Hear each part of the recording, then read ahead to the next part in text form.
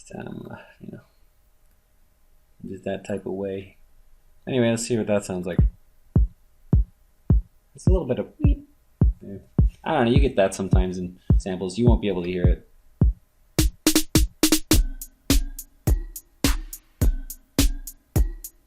So what we want next is kind of a build up.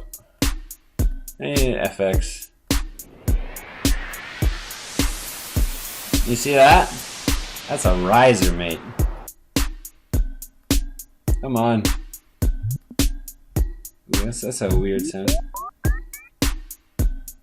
Ah, that's kind of neat though. But how do we use it?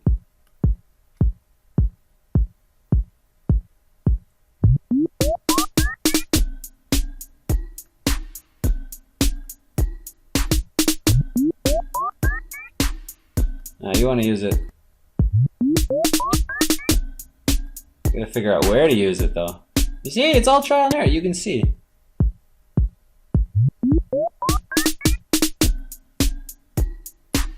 Ooh, I think we should stretch that a little bit. So, another lesson, you can stretch this stuff. Bop, bop, bop, bop, bop, bop, boom. You see, you can stretch it to whatever sort of size you want, but the pitch changes. Changing the pitch independent of its length is kind of difficult. So let's see. All right.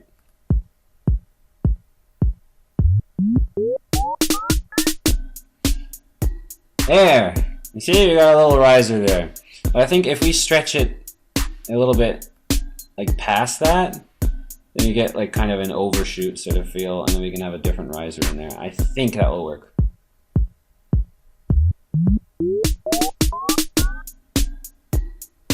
So another thing we want to do is add this to track 5, because that's past the other tracks there.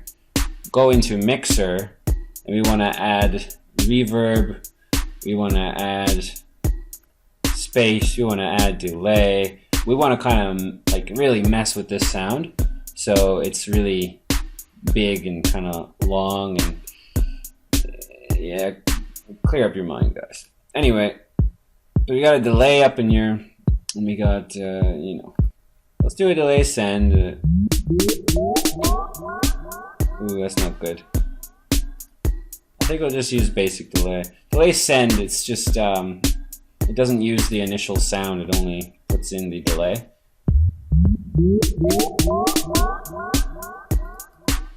That will sound cool once I have other stuff in there, right?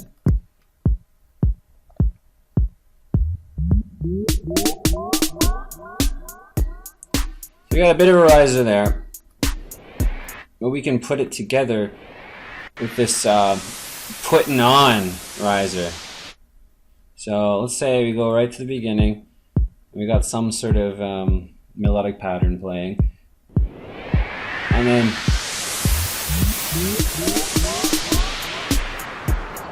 we want to have like a, yeah, another sort of way too loud. Most of these will end up being really, really loud. And yeah, just turn them down. That's what I say. They're always going to be way too loud. So just double click them. Go to this volume button here. Pretty straightforward. And this is actually pan. You change the position. This is left ear. This is right ear. And then everything in between. For the time being, I'll just keep it all front and center.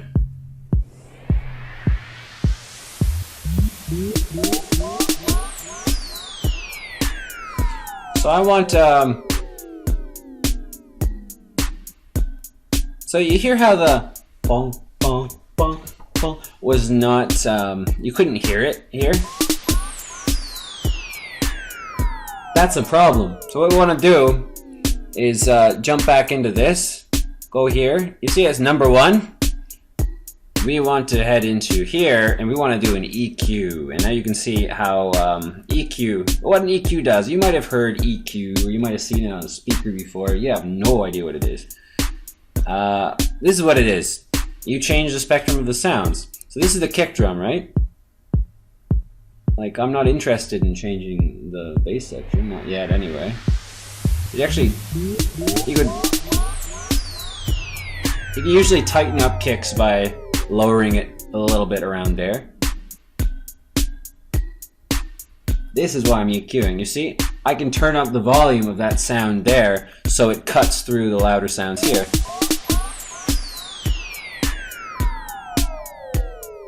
You hear that? Really funky. And now we have an EQ to cut through that butter. So we got a sick ass sound here. So let's go back to the beginning and see what it sounds like. We can add melodic elements. Let's see.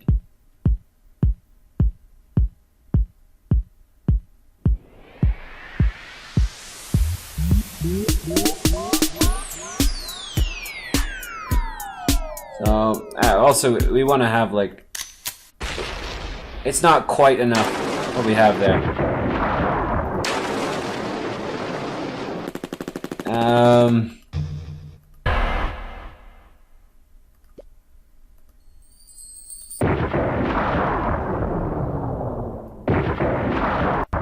You want to have this will be loud as hell.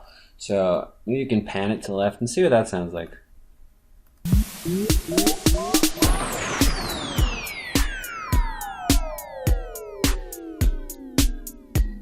Sounds pretty decent.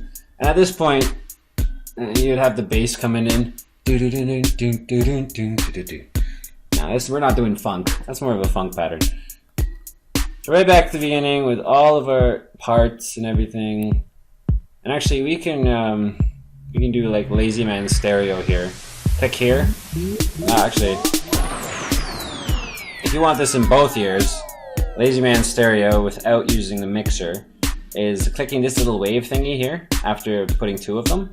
And what you do is you make unique. That's it. Now it's its own clip. So if you double click this, you can change the pan to the other side. And what you get is a stereo sound. Now what I don't like is that this is just ooh, don't know what happened. Okay, be careful of switching tracks, because if you, yeah, you know what I mean. So I switched both of these to track 5. Let's see what happens.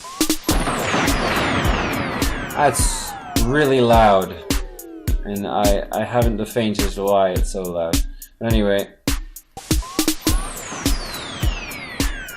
there we go. So we got a bit of a stereo sound, bit of delay, bit of reverb, and we can actually stretch the hell out of these things if we so desire. And turn off stretch when you're done with it, because there will be many times when you're just trying to trim a little clip to make it sound better, and you're gonna squish it all to hell. And yes, it is not fun trying to re-stretch it. But actually, on that note, there is undo in FL Studio. Usually it's Control Z. I'm Canadian, Z. But in FL Studio, it's Control Alt Z. If you do Control Z, you go back and then you do it again, and then it undoes the undo, so it goes forward again. But if you can Control Alt Z, then it will undo like you're used to. It'll just keep undoing. And also open a menu on this side that tells you your current project, and we'll look into that in a bit, because we will have to undo something at some point. Anyway, we got a riser up here. These could be a little bit louder. We want to have like kind of a powerful effect when it comes to the explosions. Just that's the whole point of it.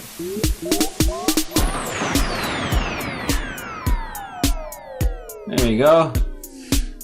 So another thing we want to do is there's a plugin I've included. It's a magic plugin, and I'll kind of demonstrate it right now by well, this one's in there, but we can spatialize this. So this one will go in 6. So you want to put these in tracks. That's the mixer. Mixer, you can add a whole bunch of effects up in the mixer. Just you got to change the track, and you can do it in the step sequencer here. You can change the track on whatever you like.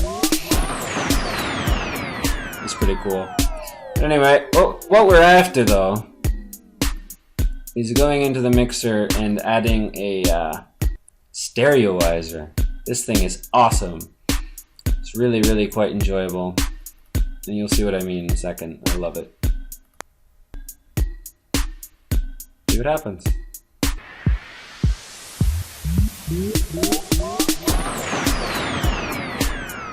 So yeah, everything has like a hell of a lot more space to it.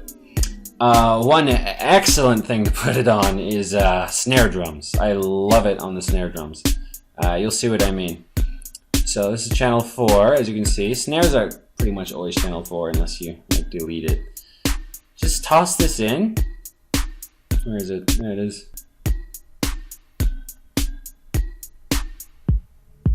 Oh, it doesn't. Seems to have changed the tone of the snare this time. Doesn't usually do that. I think we just gotta turn the snare down at this point.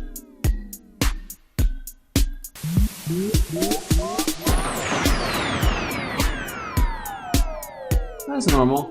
But yeah, look, we got space to the snare now. If we turn this off,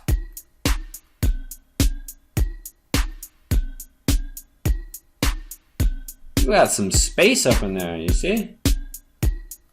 And we can even push it right up to the top, which pushes it more towards mono.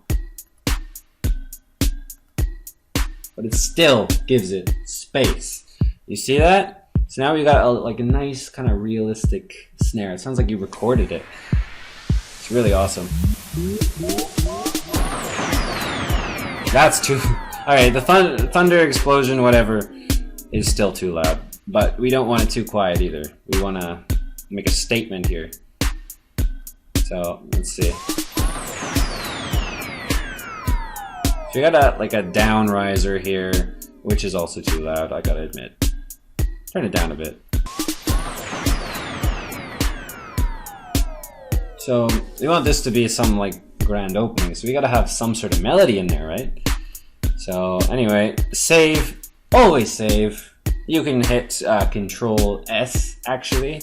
If you hit Control S, which I'm doing now, there you go. You see up in the corner, up in this corner here, if you hit Control S, save to dumbo.flp. And that is how it is done. Control S is your friend. Press it frequently. And actually, if you do Control Alt Z, and you're taken to the project menu, you can go way back in time on frequent backups. Like backups are made every 5 minutes, I do believe. So if you really mess something up and you can't go back, let's say you unstretched a very sensitive channel. Let's say you stretched a vocal channel. Like if you stretch a vocal sample right after you painstakingly matched it to the music, oh my god, it ruins everything. Like you'll be yanking out your hair. So that's why backup is so good. So turn off stretch when you're done with it. Turn it off. You'll have a bad time. Anyway, this is still playing. It's pretty funky, it's pretty fresh. And I hope that you're maybe doing some other things too. Just kind of experimenting and playing around. But you should be feeling pretty good because you're grasping how real big producers out there make their music, you know? And I'm giving you some pretty crazy secrets as well. Like all these plugins that I'm giving to you are completely free, and they sound excellent. So we're gonna put same thing on the hi-hat. You hear how the hi-hat now sounds more full-bodied, thin, and now it's got a body on it. See what I mean? You might have to turn it down a little bit though. Like the spatializer seems to turn up the volume on certain things. So yeah, if it does, just kind of crank it down a little bit and you'll be good. There's a riser.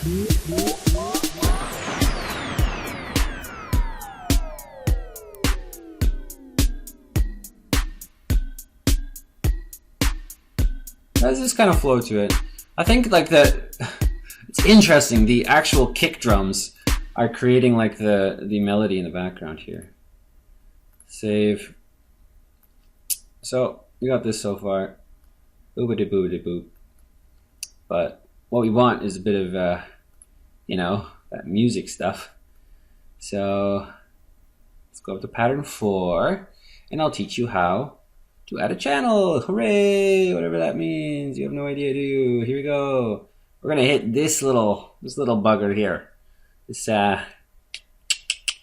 friendly looking, I don't know why I did that. This friendly looking trapezoid here, upside down, and rhombus, and I don't know.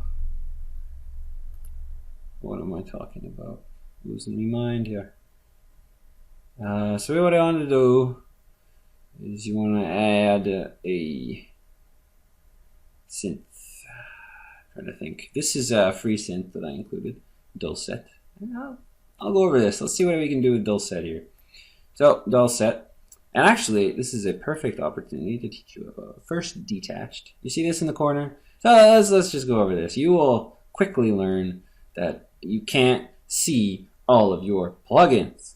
And if you don't know this next tip, this will piss you off because you want to reach a one knob down right at the bottom. Whoa. The graphical glitch. What? Is this a glitch or a feature? Ooh, it's a bit weird, isn't it? Huh. Well, let's hope it doesn't break while I'm doing this. But anyway, so click this little friendly little happy little arrow in the corner here. You just want to do a little happy little detached. It says a terrible Bob Ross. Detached. You want to make it detached, not like depressed and separated from reality. Not that type of detached. Hopefully your VSTs remain happy and sounding good. But anyway, hit detached. Try not to get inspired by it. Become detached yourself. But as you can see, what happens? Ooh, now you're flying over everything else. You have conquered it. You are now the king of the castle. You can take this bugger anywhere you like. You see? It's like being constrained and then freedom. Jail and then release. Wonderful. Cathartic. Anyway, I don't know what sound is on this right now, but you can actually go ahead and hit the Y key on your keyboard or whatever you like. Or ooh. There you go. That's the Y key. Sometimes it doesn't work. As you can see, it is a keyboard. That's right. Your keyboard is a keyboard, if you know what I mean. It is a piano sort of thing, and it's played the same way. So let's say the top row here are all white keys, and then you have black keys in the number row. But some black keys don't work. So right now I'm pushing number 8, which would be a black key, but it's actually between, I do believe, B and C, and there is no black key between there. And the same thing goes for between E and F. And again, you don't have to really know that. It's just a piano thing. You can look it up on Google or something. And if there's enough demand, I can go over the basics of piano. Absolutely, because you know, FL Studio involves piano, but I think it's pretty straightforward when it comes to piano.